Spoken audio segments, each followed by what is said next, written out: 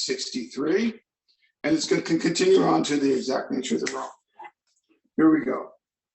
Next, we launched out on a course of vigorous action, the first step of which is a personal house cleaning many of us had never attempted. Though our decision was a vital and crucial step, it could have little permanent effect unless at once followed by a strenuous effort to face and to be rid of the things in ourselves which had been blocking us. Our liquor was but a symptom, so we had to get down to causes and conditions.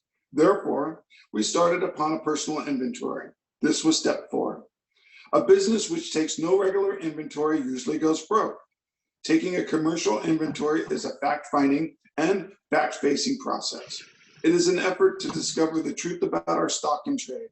One object is to disclose damaged or unsaleable goods to get rid of them promptly and without regret. If the owner of the business is to be successful, he cannot fool himself about values. We did exactly the same thing with our lives. We took stock honestly.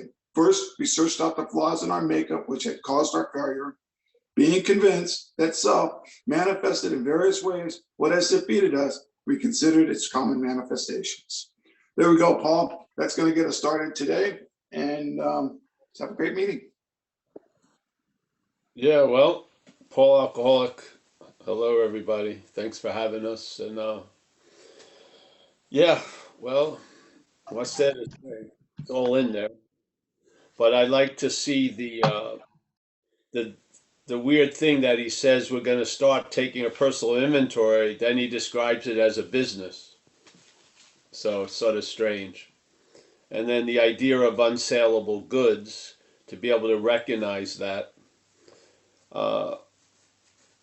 Look at people who are hoarders, right? They may have a lot of unsaleable goods, but because they're held as theirs, they keep storing it, taking it wherever they go. It just freaking piles and piles up. But there's that identification with the stuff that causes them to be blind to their value. Yes?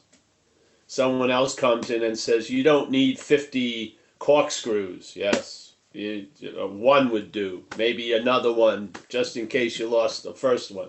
So, but to the person who has the 50 corkscrews, where did I come up with that? Who knows? But the corkscrews, they somehow have some kind of bondage or something concerning those corkscrews. They move, they spend money storing it, and they never get to use them at all. So I feel, they use the word personal, but really to do a fearless and thorough inventory, you have to see it impersonally. Because if you see it personally, there'll be a lot of agendas going on. Yeah, that you're not going to be fearless and thorough. You're going to forget a lot of shit and try to avoid a lot of the big elephants in the room. Yeah, so yeah, I like the idea of the unsaleable goods. And then I feel it's what he's saying there is 6 and 7, really. Yeah, you're gonna be willing, or like we say in 6, entirely ready to have this stuff removed. Yeah, so the stuff we see in 4, and then we see the patterns in the 4th step, and then we see them more clearly by sharing it with the power and another person. That stuff gets brought to 6 and 7. So when that unsaleable goods appear, our personal connection with it has been weakened, so we're willing for it to be taken. Yes? So I'm not going to fight the people who are taking the 48 other corkscrews, because I've realized it's it's not working. So I feel that's captured there, and I believe if we look at our role in things, we're going to see something else's role in things, yeah, and that is self. And then we're going to, maybe after you've done an inventory, maybe you can go back and then, quote unquote, do it again with another theme, which is to see self's manifestations as what has defeated us, and to see the patterns of those manifestations, and see what self takes to be important and what maybe you take to be important. And you may see a lot of difference in those two aspects, yeah? To the point where you've taken your face to be your ass. So you're trying to live for an image and you're losing your ass in the process, yeah? This is what AA does. It's almost like an anatomical class. Your ass is pointed out and your face is pointed out. And the ass is the priority instead of your face. Yeah? Which, in the obsession with self, obviously your face is the priority. Yeah, you're the image. So, yeah, I'm just a believer in what we put out here. And because it's not readily put out in a lot of ways, we try to stick to it, yeah, every week to sort of pound away with this idea, which is in the book. You know, I don't see how you could read it any other way than that statement that starts on page 64. Being convinced, well, how did I come to that condition? Well, through the steps, basically, the first 3 steps, yeah? Hopefully the first step. So now you're convinced of a lot of shit you were in denial of, yeah? So the shit that you've been avoiding and not allowing it to land has finally landed, yeah? You're outmatched, you're powerless, you've been defeated, yeah? All right, that opens you up to seeing that self is manifested in various ways is what has defeated us. Now that statement goes quite contrary to the constant narration of the defeat, doesn't it? It's them or you that has defeated you. It's the judge or the mother or the father or the boyfriend or girlfriend or the employer or me, yeah? But it was never been pinned on self, so to speak, yeah? And then don't you see the parallel why the problem keeps thriving in the solution? Because it migrates wherever we are. So when we're brought into the solution, we're identified as the problem. So the problem enters the solution. And then it wreaks havoc, yeah? It limits the effects that can occur, yeah? It blinds you to miracles and demonstrations of the power doing for you what you can't do for yourself, and keeps on trotting out the same narrative all day. Yes, on and on and on. You're never going to get it. You're not going to stay sober, whatever. It just keeps running. It's just constant. And the thing is, we're like a rapt audience. We're listening to it all day, yeah? We're listening to it beyond listening to anything else, to the point where its yappings overrides our experience of the day we're in. That to me is incredible. Yeah? Yeah? Here, I'm looking out my backyard, beautiful temperature, sunny. So many different things are blooming or ending their bloom or getting ready to bloom. And to have the ability to respond to that would be a form of slavery in a way, because this is what's on the table. Yeah, this is what life's offering. Yeah, not to be able to show up, and when I do show up, demand it has to look the way I want it to look. Yeah, and all this is just being at the effect of something that's playing God. Yeah, with absolutely very little access to real power. So it's like a fucking weak tyrant, yeah, that has the population of 1 under his thumb, us.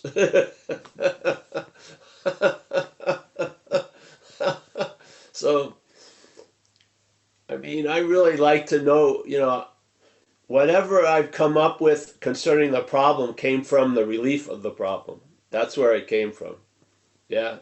Relief is the greatest teacher of why you didn't have relief. Yeah, you see it. Yeah, because you'll realize, just like it says on page 63, you'll lose interest in self and then gain interest in others. That's a huge statement, really. Because that's the whole theme of the program, is losing interest in self. Not losing interest in you, losing interest in self. They're totally different. And then gaining an interest in others, yeah? And you can be one of the others you gain interest in, yeah? And then seeing how you can contribute to your day instead of trying to get something from your day. Yeah, that's a huge turnaround. Yeah. And it's all premised on a losing interest of self. Yeah. And we've come to the conclusion that self can't lose interest in itself. That would be interest in itself. Yeah. So how is there going to be a loss of interest in self? Seeing it's not you, really. Yeah. Because there is us and there is self. Us seems to be up the ass of self. And the only way it can entertain getting free from self is as self, which is a defeat right there and then. Yeah. When there's an activity we live under and we lose interest in that self that's up the ass of self, something comes out the ass, looks up the ass, sees self in there, and hopefully sees it as other. Yeah. And now doesn't try to call the divine proctologist to get self out of the ass of self. Leave it there. Fuck it. Yeah. And now get on with your day.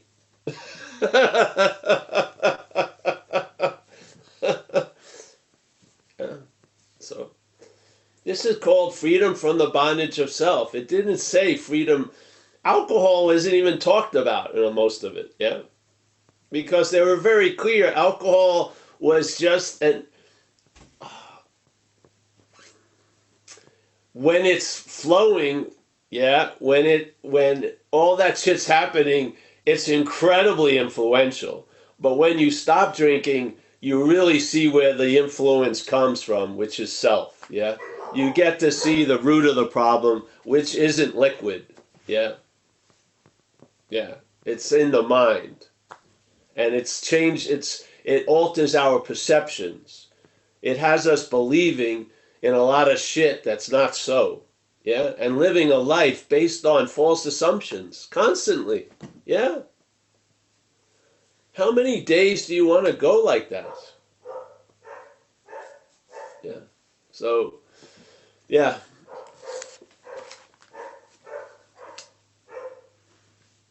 I guess that's it, yeah. I mean, and if, right. you know, this is just an idea. It's not a 13th step. It's not a step that takes the way of needing of the 12 steps. It has nothing to do with the steps. It's light. Yeah?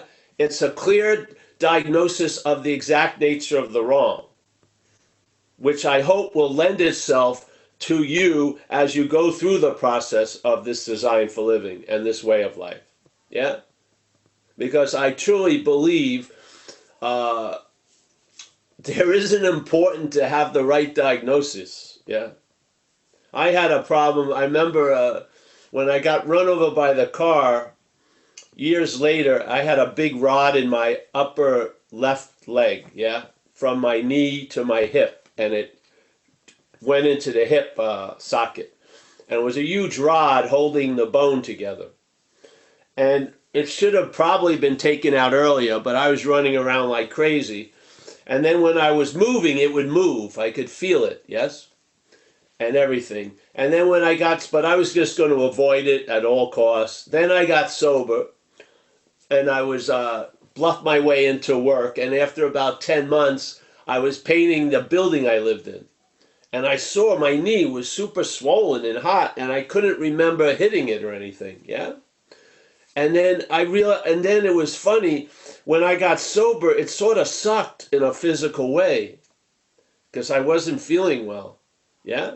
I didn't know I had a staph infection the whole time, from just before I got sober and the first year of sobriety. So yeah, I mean, this thing was totally infecting my quality of living without me having any fucking idea.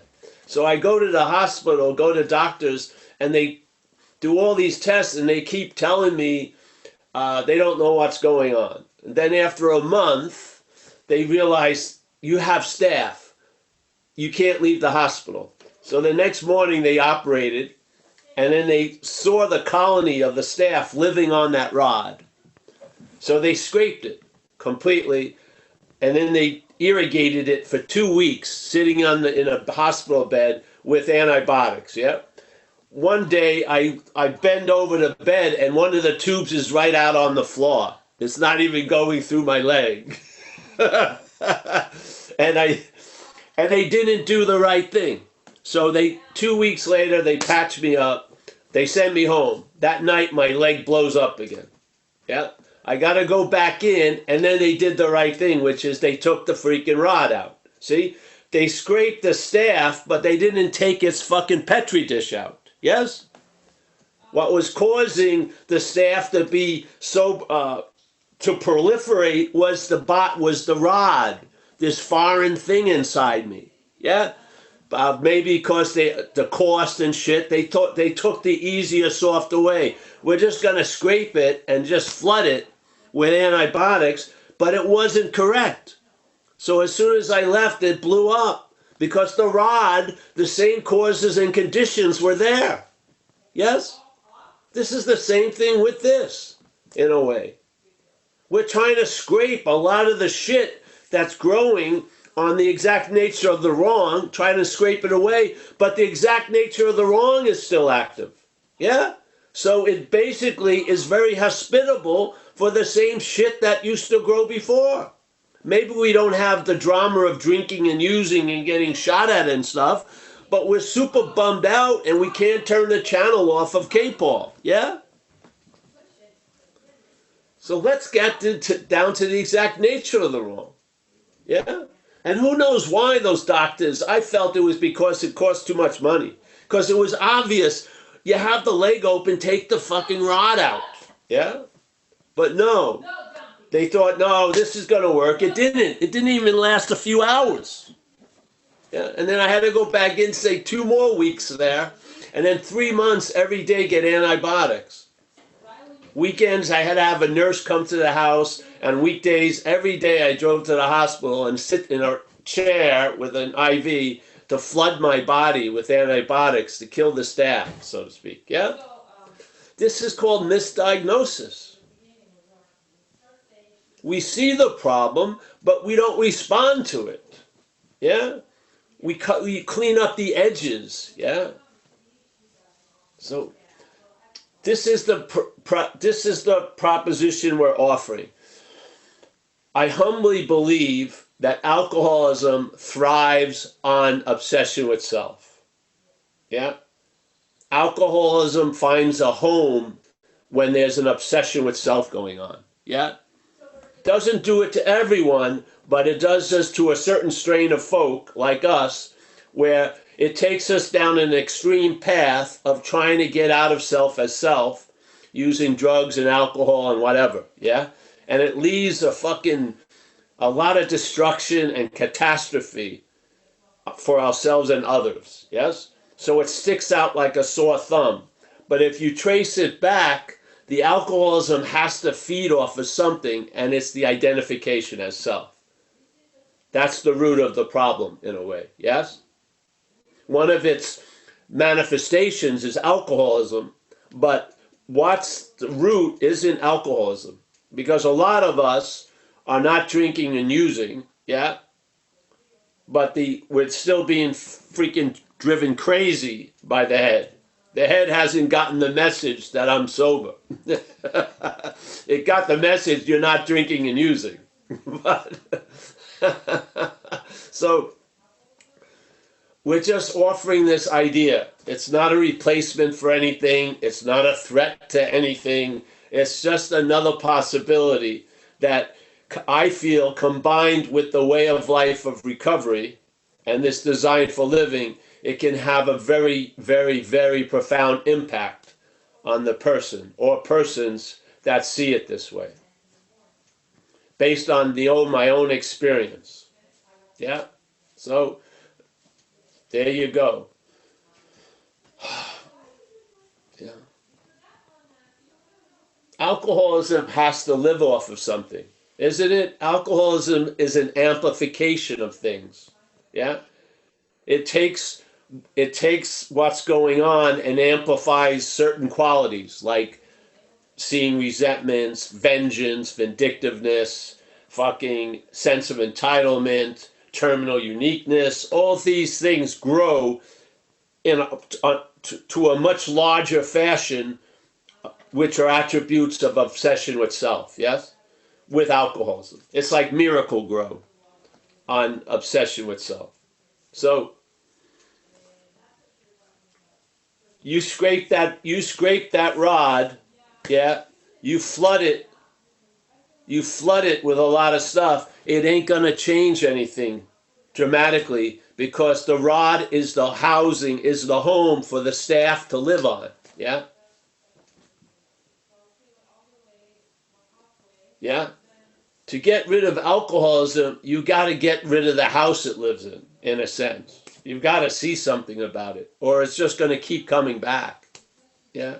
Maybe not in the dynamic flare of drinking and using, but in a drip, drip, drip of bondage. Yeah. Yeah. So, and if you don't, find anything out of this, far out. I hope you find something out of something else. Yeah. But I believe we all have the right to hear about possibilities. I swear. Can you imagine if you were in a place and because of some weird protocol and shit, you weren't told that there's an exit door? You'd be super pissed after the fire if you survived, yeah? Oh, we didn't want to bother or whatever. Give me a freaking break. Yeah. There is a solution. Yeah. So, all right. Thanks. Awesome, Paul. Thank you. Could I just ask you to close your door? It doesn't work. Don't worry. Oh, okay. All right. All right. Thanks. Sorry, Paul. I'm gonna block it. Okay. Yeah. Well, we have. Going on. Hold on. Okay. Thank you.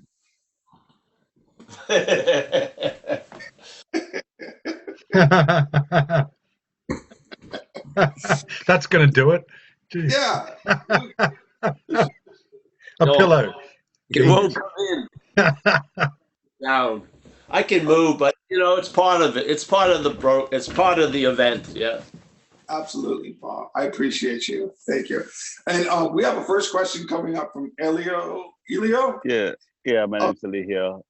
Hi. Hello. How you doing? My name's Eligio.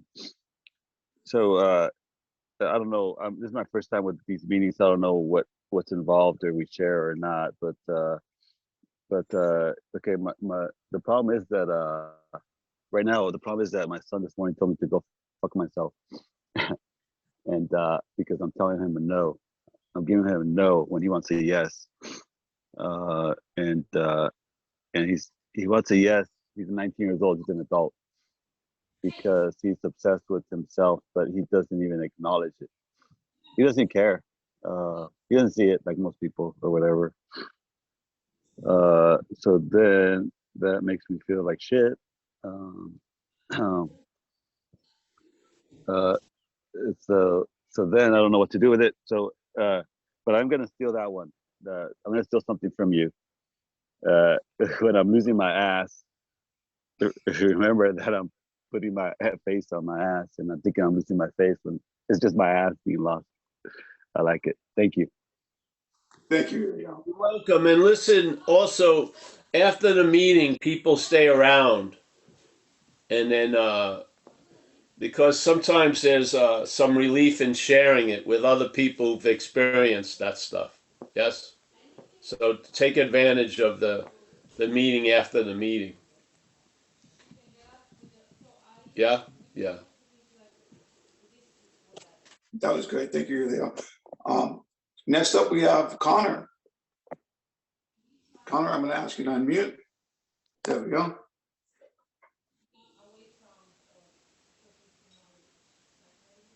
Connor? You have to unmute there, mate. Okay, you good now? Okay. Yeah, thank you. Hi, Paul. Hey. Connor, alcoholic.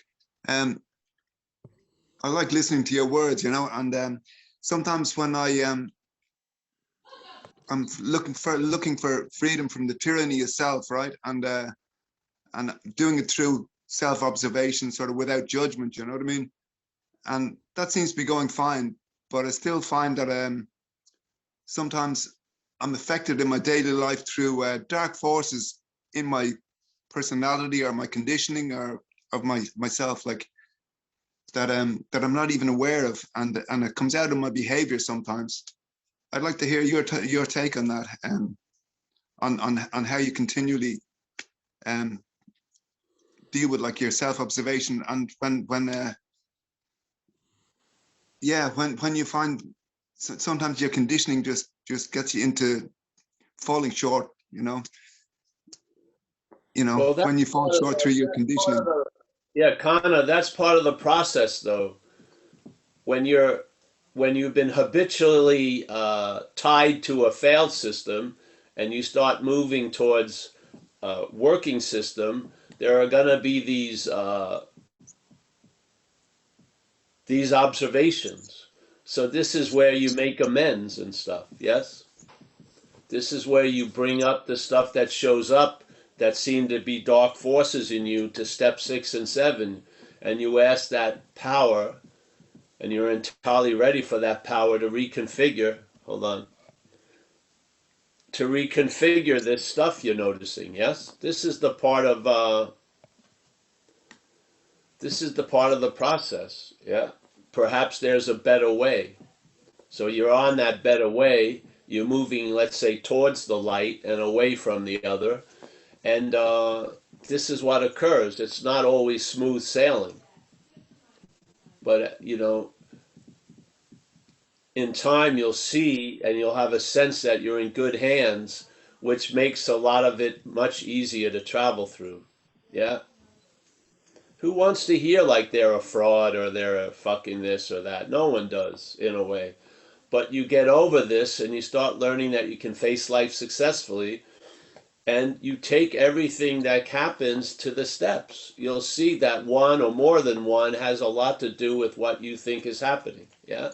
And you bring that. You admit you're powerless and you're not managerial quality, and you ask that power to remove it or to direct your thoughts or direct your behavior. And you get into the habit of being sober and living sober. Yeah?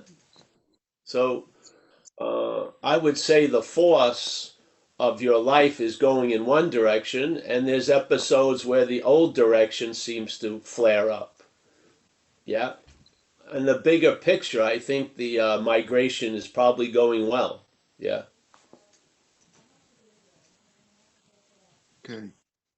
And then Yeah. also Cool. definitely have, write some of this stuff down, these as a 10th step, and share it with someone that you respect or whatever you work with in the program. Yeah. Just do what we do, and then what happens to us will and is happening to you. Yeah. So,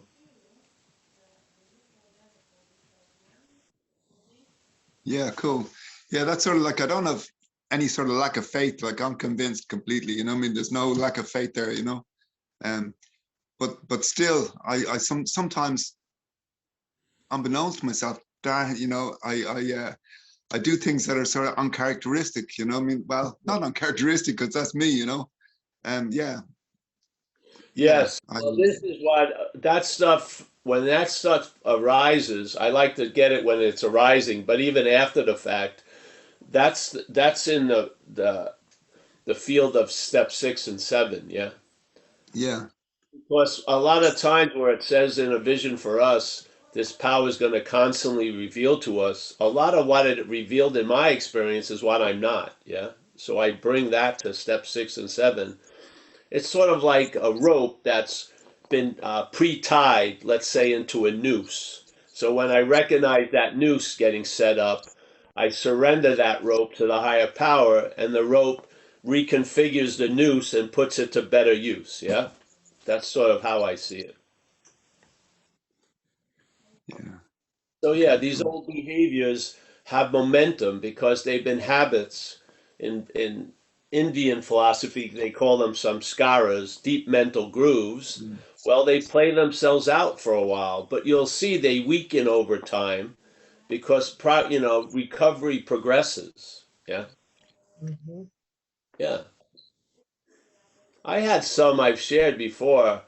I had this one thing that, or it had me really, and I really tried to fit myself around it and which meant I had to really limit my affairs because it would come up in significant relationships and usually would be triggered around holidays more than a regular day.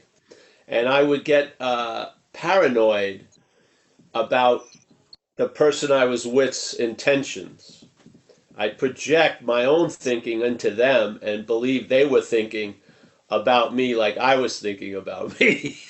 And it would cause putting my foot in my mouth and then acting out, not just having it pass, but acting out the fears and the paranoia and making a fool of myself, usually. Never physically getting that way, but emotionally abusive and psychologically abusive. And when I would come out of it, maybe it would be a few hours, maybe it would cause a breakup of the relationship. It would last a day, day and a half. It would be like an emotional hangover, and I couldn't believe it. I had never had an emotional hangover. I always was getting loaded and shit. And it was really fucking a drag, and it would take sometimes 3 days to feel somewhat all right. So that was a real good teaching aid that this has got to stop, and I can't stop it, so to speak. And I kept bringing it to 6 and 7, and it went on. It still had power to about the 11th year. And I remember it was New Year's Eve. I had a girlfriend.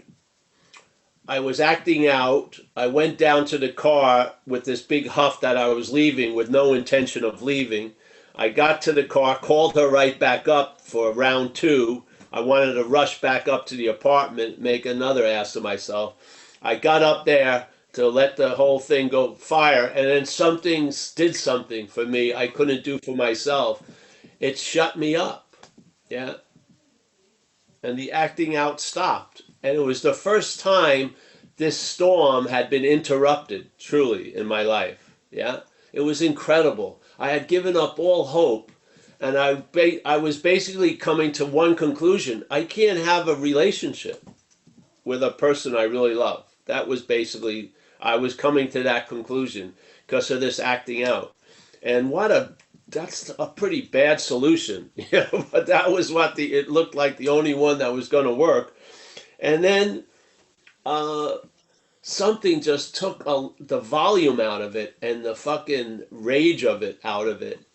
And it's never blown that heavy ever since. And now this is 22 years later. And now I have the ability to have a viable relationship with another person. Yeah. So I trust this process because it's worked. Yeah.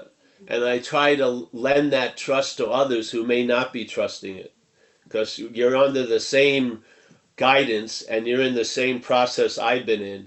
And I'm telling you, I truly believe we're in good hands and there's grace available for these changes to occur if we're just willing.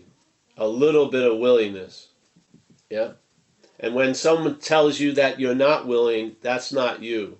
So just a little bit of willingness matches this huge amount of grace, and things can be moved that you didn't believe could be moved. I'm serious. I was just going to have casual shit go on.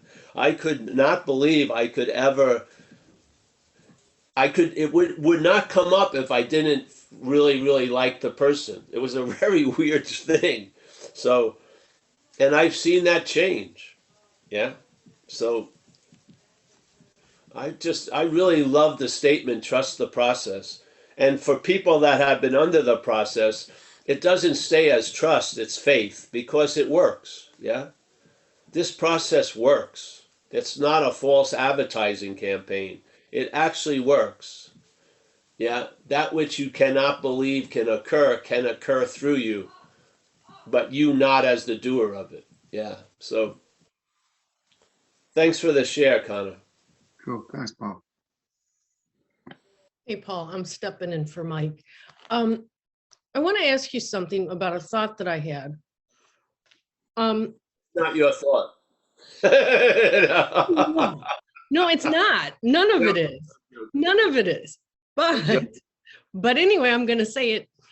So you talked about, taking the business inventory, right? And why that was put in there. And I'm thinking it pretty much answers it in the next sentence where it says it's a fact finding and fact facing. It's not an emotional thing. When I go to the grocery store and I go to grab something off the shelf, I'm not having an emotional interaction with it. I'm just saying, I need this, I'm taking it. Or Yeah. this, I don't need this, I'm gonna leave it. Right? Yes. So Yeah. Yeah, I think that's what allows a fearless and thorough inventory, because we do fearless and thorough inventories on everyone else. When you're at a meeting, you've done a fearless and thorough. It may not be correct, but it's definitely fearless and thorough. This guy's an ass or something like that. Yeah. But turn upon ourselves, then there's a lot of blindness. Well, because there's an identification as that. Yeah. The disease, the parasite of selfing does not want to be seen. Yeah. That's why it doesn't want you to do an inventory. Because if you look at your role in things, you're going to see its role in things sooner or later. And I hope by sharing this understanding, it will allow the sooner to occur than the later. Yeah.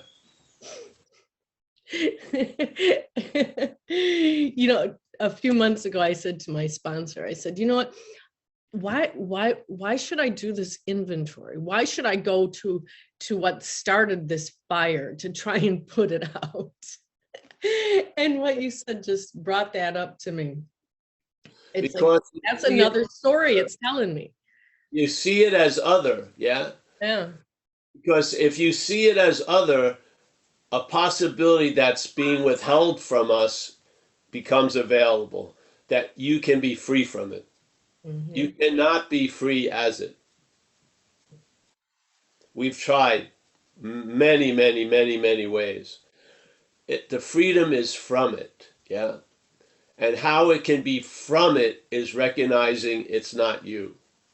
If you keep calling it you, you're trying to have freedom as it, which doesn't work, yeah? It shrinks down to, if I get 5 minutes, it's worth all the consequences that are going to happen. That's a bad deal. That's a bad payoff cost ratio, yeah? To try to be free as self. Freedom from self can be a way of life, yeah? Mhm. Yeah. I swear, that's exactly what happened. Something was occurring, and then I read that page 64, and it was so clear that self, in my hearing of it, was a foreign agent.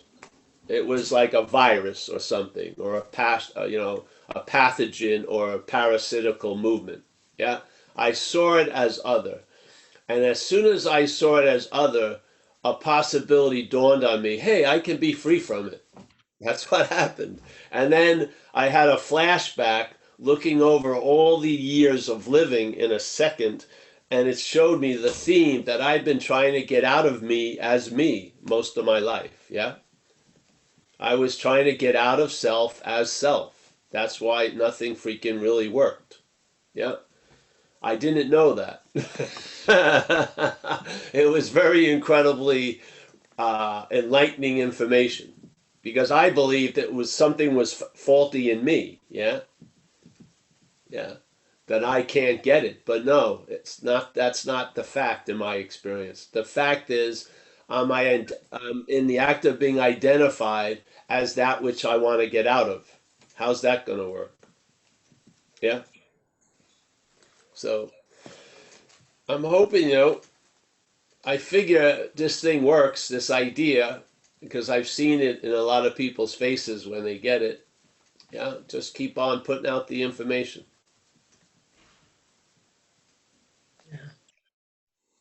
All right. Well, Paul, I don't see any more hands up, but I did have a question myself on something, and maybe you could help clarify it for me. As I hear you talk about your role in things, and would that be the same? Can I relate that to in the book where it says my mistake? Would that be like? Would you talk on that a little bit? Is that basically saying the same thing but in different verbiage? Like sometimes I hear in meetings. Can you say the second part again? I missed that first. Okay, you say my role in things. Is that Yeah. the same when the book says we resolutely look for our own mistake? Yes. Yeah. And then sometimes I hear people say like my part, which I don't really care too much for, but I understand it's in the language. Yeah. Okay. Yes. Yeah. See, this is where the language, but also where I don't agree with the book. I don't agree with the book where it says we manufacture our own misery. I don't believe that. Yeah, there's a couple of things. This is why I don't, what I see as the exact nature of the wrong in those statements isn't being communicated. Yeah. They're still believing that you did it all. And I'm not a believer in that. Yeah. Well, the way you present it, it offers a tremendous amount of freedom. Yes. Exactly. I mean, really. Yeah. Yeah. Yeah. That's the point. Yeah. Even a little bit of freedom can go a long way. Yeah. So Yeah. I feel like it allows a traveling lighter on a broad scale. And after living life in that sort of modality, I've come to really, really appreciate it a lot. Yeah, that each day there's just a traveling lighter through whatever the day has in store for me. That's pretty cool. So, yeah, I never found a solution that was really worthy of the term solution until that. Yeah, yeah, Thanks, Paul. yeah. Now, I see we have a question from Eric B. in Toronto. Eric B., I'm going to ask you to unmute. Come on in. There we go. Hey, Paul. Hey, I guess you don't agree with the line in the book that it says all of our troubles of our own making.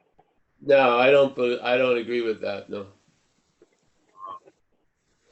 I think that's how you would see it in the act of being identified as self. Yes. But in the act of the addiction, when we're in it, making decisions based on self, right? Too. Yes.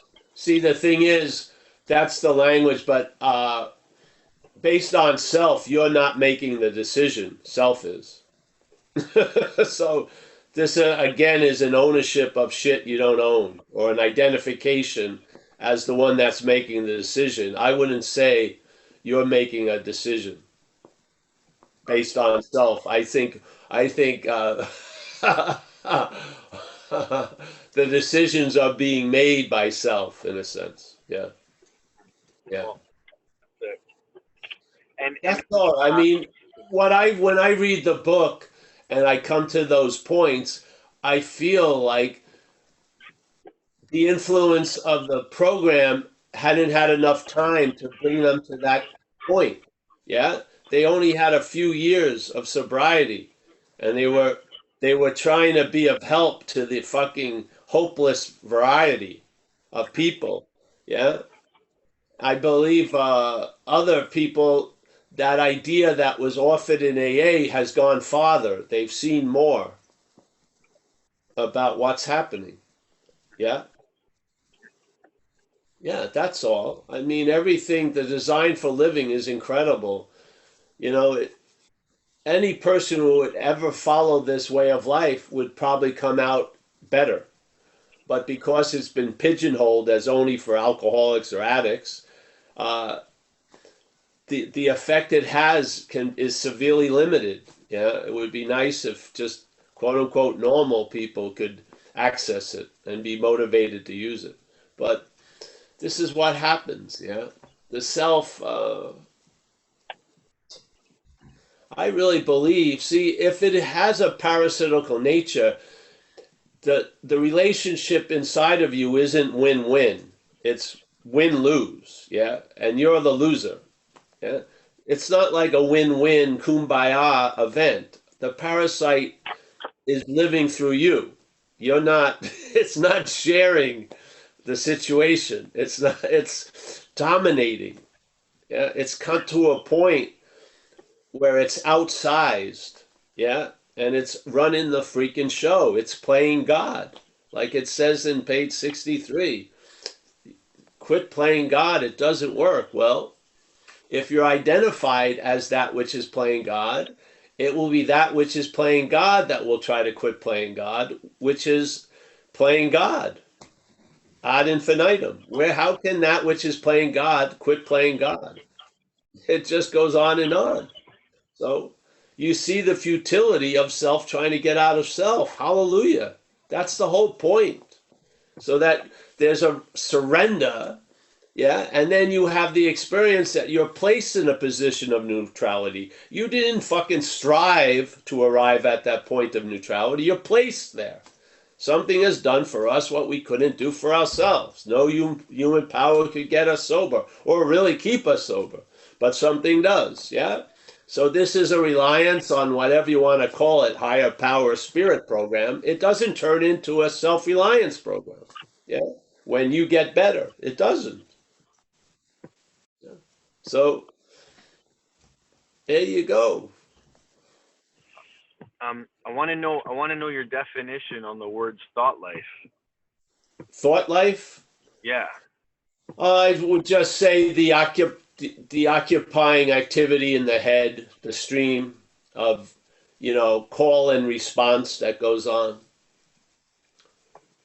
So false evidence, and then the reaction is it appears real. You know what I mean? The thoughts present false evidence, and then the reaction from us in bondage, it appears real, and then decisions are made on that faulty evidence, and we usually get jackpotted sooner or later. And then we blame it on every fucking one else and shit like that. And then we try to get immediate relief by getting loaded. And then the cops knock on the door, and you feel like, why? Why? I'm not doing anything. And on. Yeah. We've done that, been there over and over and over again. Jesus Christ. Yeah. I mean, the selfing, the parasite talks to us as us. Yeah. That's how it gets the audience's attention. We think it's talking about us. We think it has our best interest at heart. It doesn't. It's a parasitical movement. It wins, you lose. Yeah. You're not going to turn it into a service animal. You're not. Yeah. It's too late to try to discipline it. It lives by its nature, which is to claim and to have a life by taking ours in a way. Yeah. I try to make it brutally emphasized. It's not always that way, but we're trying to get a message across to look at some things that are going on in us as other. Yeah, because the root of the problem is identification. So a lot of mental activities we call ours. Like I went to see some old friends on a Zoom, AA meeting. And so they were talking to me about the old days when we used to do talks at this place. And so they were saying, you don't think that you're the one that's beating the heart, do you? You think the heart is beating, yes? But why do you think you're thinking? Why wouldn't you say it's the brain thinking? Why do you say it's your thinking when you won't say it's you're beating the heart? This is my beating. You don't say that, right? It's the heart beating. Yeah. Why is there, because the problem resides in the head, you see? Yeah. It allows us to see clearly, yeah, The heart is what's beating, but it doesn't allow us to see clearly that it's the brain that's thinking. Yeah. We are the ownership of the thoughts because the thoughts want to have us. So by us having them, we open a door to be had by them. That's how it bonds us. Yeah. Yeah. Wouldn't it be more true to say the brain is thinking, wouldn't it? Instead of I'm thinking. Really, if you use the language, yeah, it would be the brain's thinking. But we just nonchalantly keep saying it's me thinking, me thinking. That's reinforcing the bondage of self. Yes? How can you not see that? It happens thousands of times, day in and day out. So all the while you're being put into a trance, there may be a small little narrative that you'd like to get out of the trance. But all the while, the trance is, you're relying on the trance to get out of the trance. The trancing just keeps putting you asleep. You're calling a product of some activity yours. Yeah, I'm thinking. My thinking's driving me crazy. It's not your thinking. Never was, nor will it be. Yeah? Tell me how you think a thought. Tell me. Describe it. If you're doing it all day, I would imagine you could describe it. Yeah? If you're the doer of millions of thoughts in this life, you can't describe how you do it, wait a minute, that's a little suspicious, yeah? Isn't it? Yeah.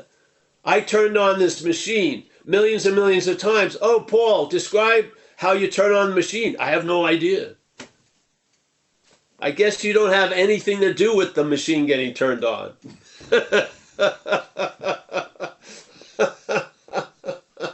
What does it look like? Is there a posture when you're thinking? I'm in a posture of thinking. I'm thinking. Look at this. I'm thinking. I'm thinking.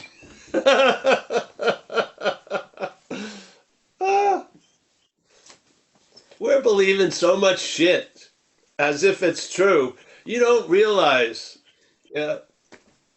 how much false evidence is appearing real. It's incredible. Yeah, it's unbelievable. Yeah.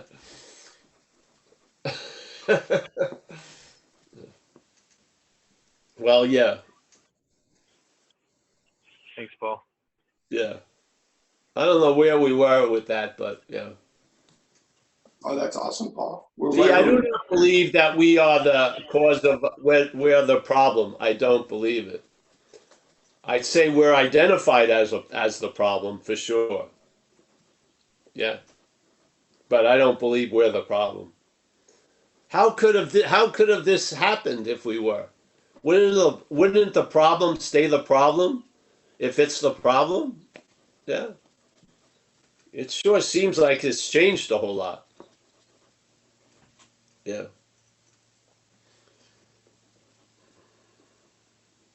I believe alcoholism has us. We don't have alcoholism. Yeah.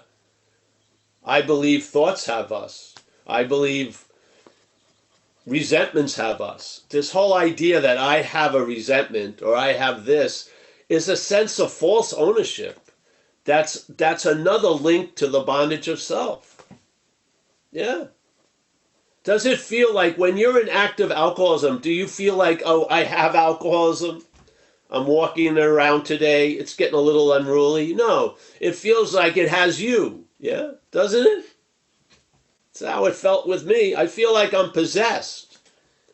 Oh, I have a little possession I think I'm going to entertain for a little while. No, I have a possession. A possession has me. I'm under the possession of something else. This is the point of the third step. Why is it only a decision? It doesn't say turn your will and life over to the care of a higher power. It says make a decision, because at that point it's not under your control. You're under a false occupation. Something has you. Yeah?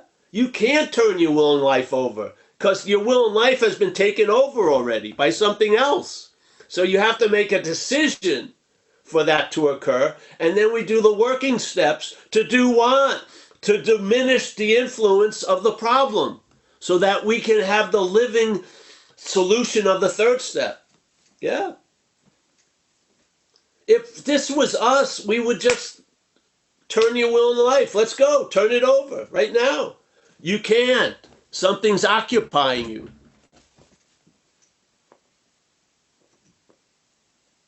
There would only be 3 steps. You're fucked. Something can unfuck you. Turn your own life over to it. Live an unfucked life the rest of the time. No. There's 9 more steps because there's something. This problem has a unique quality. It's the act of being identified as it. We're not having the problem. We believe we are the problem. Yeah? So we need to do steps to break this trance in a certain way. So let a little light out so that we think it's coming in, but it's actually being released so that we see what's going on a little bit. And then we start recognizing what we're not, and we bring it to 6 and 7. And then when we fall to meet the level of living these principles in all our affairs, we make amends. Yeah? And we intend to do it different, and on. And we live a life relying on spirit. Yeah.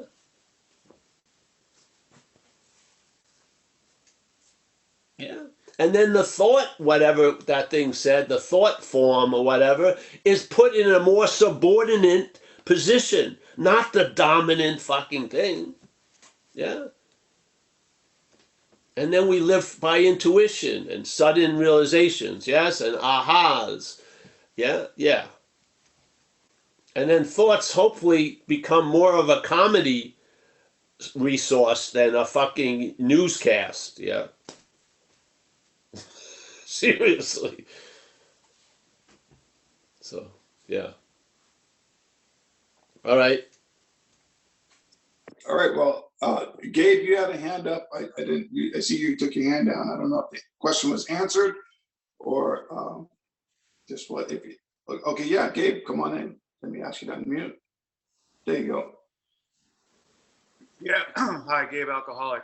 Yeah, just to be sure, whether or not, identify with the self as, having a part and stuff, the I that the world sees is still accountable for those actions. Yes. Yeah. The law and other people and so forth. Yes. Well, accountable is quite different than responsible. Yeah. I'll use the example you always use, which is I have a dog. I walk the dog. The dog goes on the neighbor's lawn, takes a shit. Yeah, it does it a couple of times. I get a call from the neighbor and says, hey, your dog just took a big shit on my lawn. I say, oh, I'm sorry. I won't walk it by your house anymore, and I'll be right over there. I pick up the shit of the dog because I'm accountable for the dog. It's under my supervision. I'm accountable for its behavior to some extent. Yeah, I go home. I'm not responsible. I don't feel like I shit on people's lawns for 30 years because of the dog shitting on the lawn. Yes? I'm not a lawn shitter. All this stuff. It has its little life because I don't see that I'm responsible, but I am accountable. Yeah? It's a totally different beast. Yeah. I believe the accountability hadn't been arrived yet when they put out the book. The importance of being responsible was supremely important because I believe when I was younger, I felt an inordinate amount of responsibility for a lot of stuff I had nothing to do with. Like if I walked into a room and someone yawned, I thought it was because I was boring, yeah? And when my mother told me and the family doctor told me my father wasn't going to be able to play with me as much because he was severely ill, I thought, what did I do to cause my father not to want to play with me? So I had an inappropriate amount of responsibility. So I got relief from that by getting loaded and being a bad guy. So I became incredibly irresponsible. I come into the program, and one of the first big waves of recovery is seeing your role in things. Because I didn't want to see my role in things, yeah? Because it was too much of a burden. So my reaction to being inordinately responsible was an extreme reaction. I'm not going to be responsible for fucking anything. Yeah. So I do an inventory and I get to a fourth column and I see the connection of why this was that because of this. Yeah. And I started to own up for and be responsible. But as I kept seeing my role in things, I saw something else's role in things, which is called self in the program. And I saw that self manifested in various ways is what had defeated me or us. Not me, self. I saw that. And I have never unsaw it for 30, whatever, I don't know how many years now. It doesn't matter the years. I've never not seen it that way, ever. Yeah.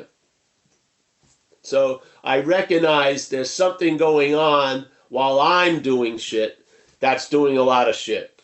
And I better do an inventory and recognize its patterns of how it defeats me, or I'm going to be living from the defeat. Yeah. And that's what I did. And that's why, in my feeling, step 6 and 7 are the most active steps that I'm involved with, because life constantly reveals more of what I'm not to me. And I bring that to be changed by a power greater than myself. Yeah. So yeah, responsibility hopefully leads to some accountability. If you want to stay responsible the rest of your life and think you're the root of the problem and you manufactured all your own misery and stuff like that, far out. I'm just putting out an idea. See what happens. Yeah? I don't really care if I change people or not. I feel you have the right to hear it. That's all. Yeah.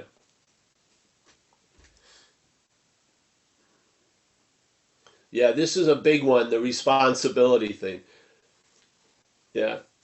Accountability is not shirk responsibility. I did all the amends in my life. Yes? And I've lived a lot of the living amends in my life. Yeah? Accountability wasn't used to shirk responsibility. Accountability was the appropriate progression from seeing my role in things. I saw something else's role in things. I'm accountable for that role, but I'm not responsible for that. Yes? Yeah. As you say, because we're in Rome, we have to do as the Romans do. But I'm not truly a Roman citizen. Yeah. I believe I'm truly from the fourth dimension, to tell you the truth. And I'm on a work visa. Now it's a vacation visa here. Before it was a work visa. An enslaved visa. Now it's a vacation visa.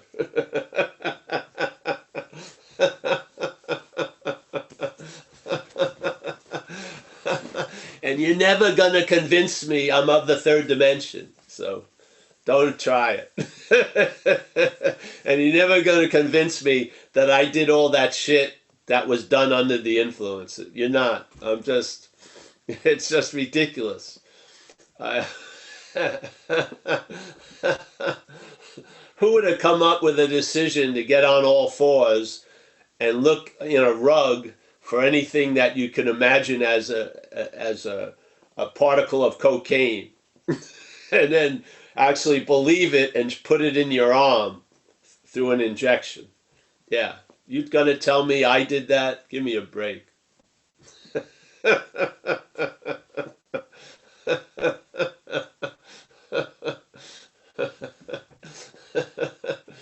Maybe there's value in the extreme.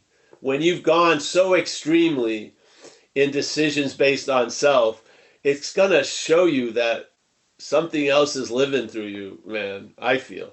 Because there's no way you can make sense that you ever chose to do a lot of the shit that you did.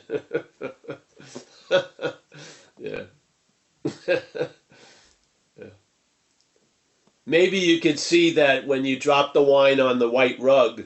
Yeah, I did that. But, I mean, being taken to an extreme condition, I mean, there's a lot of illumination in what's going on there if you can survive it. Yeah. You can see shit you won't see in everyday life because the contrast will be very fucking extreme. You'll feel almost like you're being gnawed or chewed on by the parasite. Yeah. Yeah. Yeah. Yeah.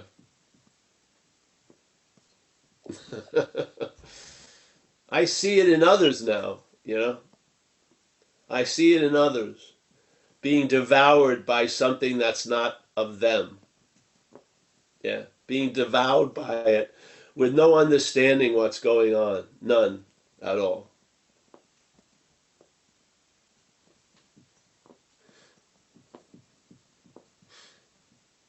You know, in that part of the We Agnostics part on page 53, he starts the whole thing with the condition without knowing it.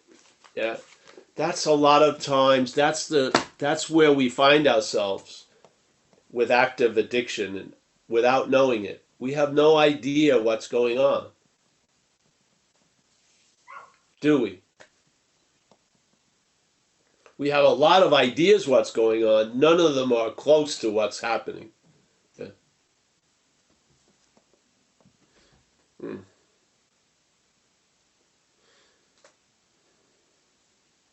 What is the exact nature of the wrong if it is an identification as self? What is it then? What is it? Why would they say self can't get out of self? That would be a cruel thing to say. Yeah. But in fact, the joy of it is you're not self. That's awesome. Yeah. Tell me what the exact nature of the wrong is. Is it obsession? No, that's not it. That's the obsessions reinforce the identification. They have a purpose. Yeah. Unbeknownst to us, their purpose is to reinforce the identification. You obsess over self. We don't. There's an obsession over self to reinforce the identification as self. Yeah. The system reinforces the system. Yeah. That's why if you're identified with the system, you're being misled mostly. Yeah. Because it's not living for you, it's living to support and reinforce the system of self-centeredness. You would think people completely fucked would be able to figure out why, don't you? I mean, if it was an outside thing that was stabbing me and I was stabbed 50 times, I'd recognize it pretty well that it's outside and he's 6'2" and whatever. Yeah, I would be able to have a clear understanding who the hell's stabbing me. What about this?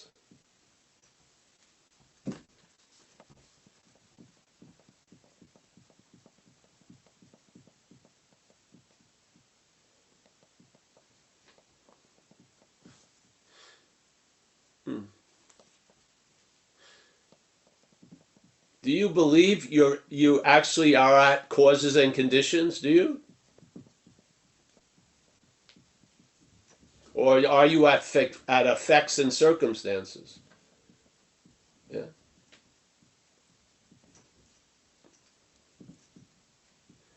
Causes. The causes sets up certain conditions. Yeah. Those conditions cloud the cause. Yes? The parasite disguises itself as the host. Yeah? We're not getting to causes and conditions. What's the cause of the condition I'm in? Is it me or is it something else? Bill W. had a moment, he saw it, said it on page 64, being convinced self manifested in various ways is what has defeated us. Yeah? It sure sounds like it's foreign to us. Yeah? Or he would have said being convinced us manifested in a lot of ways has defeated us. All right? Then we are the problem. Then we are manufacturing our own misery. Yeah? But he doesn't say that. He says self. and us. That sort of sounds like an other, yeah? That us is separate from self. Yet self manifests through us and defeats us by its manifestations. How could that occur unless we were identified as self? Yeah? Especially to the extent of the hostility that it treats the host, you would think the host would get rid of it pretty fast. Yeah?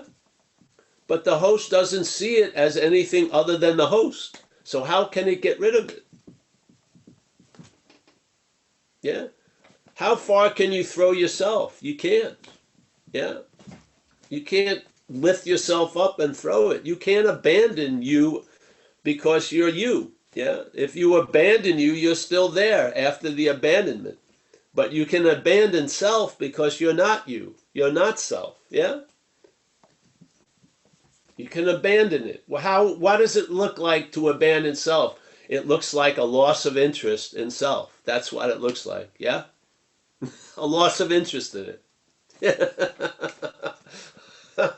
That's exactly what it looks like. There will be a loss of interest in the abandoned self. And what happens? There'll be a gaining of interest in what? I don't know. Find out. You'll have a life of finding out, yeah? And there'll be a lot of surprises because how you thought things were and were going to be and are has been sorely mistaken, yeah? And there'll be a great relief for how well you're treated. You would never have thought you deserved it, tell you the truth. Yeah? You never thought you had it coming. Yeah. There's a giving up of old ideas. Not by the old idea, which is self, but a giving up of old ideas. Yeah? And the self just doesn't have a floor to stand on. Yeah? Yeah. So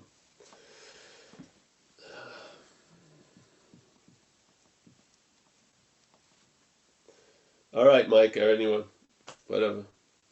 Thank you, Paul. That's all the hands we have up today. So what an awesome meeting. Thank you so much. You clarified a lot for me and I'm sure others today. So thank you, Don't take Paul. my word for it. Just see where they land. Yeah. This ain't me. I'm telling you. I felt like it coming through ever since I shared in AA. Yeah. But I don't feel it as a foreign spirit. I feel it as what I am, really. Yeah. Most of the day is about what I'm not, running around, worrying about, do these pants look good or shit like that. Yeah. It's not doing any harm. I don't really care. It's just grazing aimlessly, like a free range alcoholic.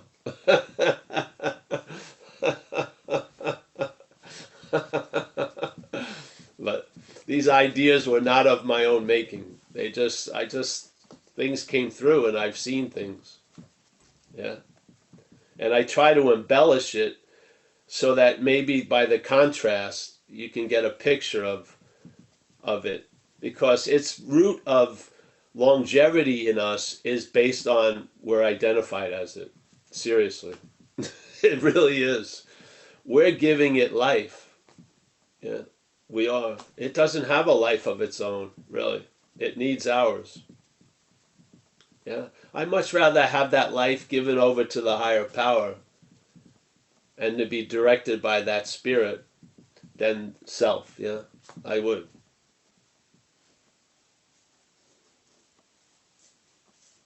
Yeah.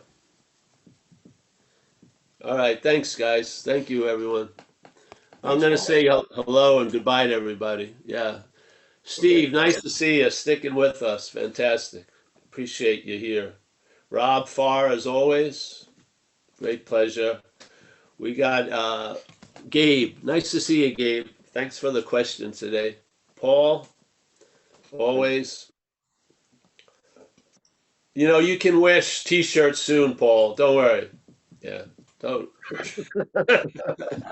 cover up the billboard.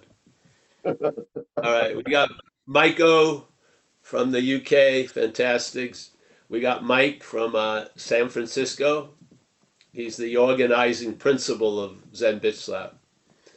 We got Alex. Alex, I just talked to my old friend. Nice to see you. Yeah, yeah. We got Roman from Germany. Always a pleasure. Tommy's got a different color of the background. That's cool. We got Helen from Northern England. Always a pleasure to see Helen. We got my gruffy old friend Jeff from Southern California. He's chilling out, which is his nature, I think. Very cool. Let's see. We've got Kurt Z, the man of Redondo Beach. What a pleasure to know Kurt, man. Yeah, good to see you, Paul. Thanks for your shares today. Oh, you're welcome. Yeah, you're a solid dude. Good. Rich A, nice to see you. He's lacking his better half, but that's okay. Nice to see you, Rich. Oh, there she is. Nice to see you, honey. We got Mika, the matriarch of Madeira. Yeah, yeah. We got Walter from the Netherlands, my brother from another mother. We got John D, one of my favorite people in recovery. Paulie, I'm coming up to see you. Oh, good. Yeah, let me know. I'm away this weekend, but we're oh, if anyone lives around Grass Valley, we're gonna do 2 live talks up there this weekend. It's on the website. It's Northern California, in an outdoor place. Yeah, should be nice. And we're gonna have the Zooms done at the same time. But the Zooms on Saturday are gonna be 12 o'clock instead of 1:30, and Sunday we'll have another Zoom at 12. All right, we got Stefan on Having Never Left. Always a pleasure to see you. We got Chris T. Nice to see you, Chris. There. Da, da, da, da. I'm waiting, but there he goes. Nice to see you. We got Ruby Rose from Wichita. Always a pleasure. Michael Stacy from Madeira. Madeira is a giant non-duality spot. It's non-Madeira. Yeah. Non-Madeira. Anne, fantastic to see you from Chicago. Connor, thank you for the share today from Dublin. We're all in this together, bro. You know, all the rough spots will get sanded down. Yeah. Yeah, We'll go be back lucky, to man. the. Be lucky, I said. Yeah. Go. So we got Vicky. Vicky's getting ready, putting the mask on. Yeah. We got Dale O. Nice to see you, Dale. Thank you. You're welcome, Dale. We got Leah, one of the first characters here. Yeah. We got a long phone. Oh, this is it's. We gotta say this name. I can't see it. It's Janina, P. Janina, down in Palm Desert. Nice to see you, honey. Yeah. Taking it easy. We got Nina. Yes. There she is. Nice to see you, Nee. All right. All's okay. Oh, good. We got Rockville Center, PK from Long Island.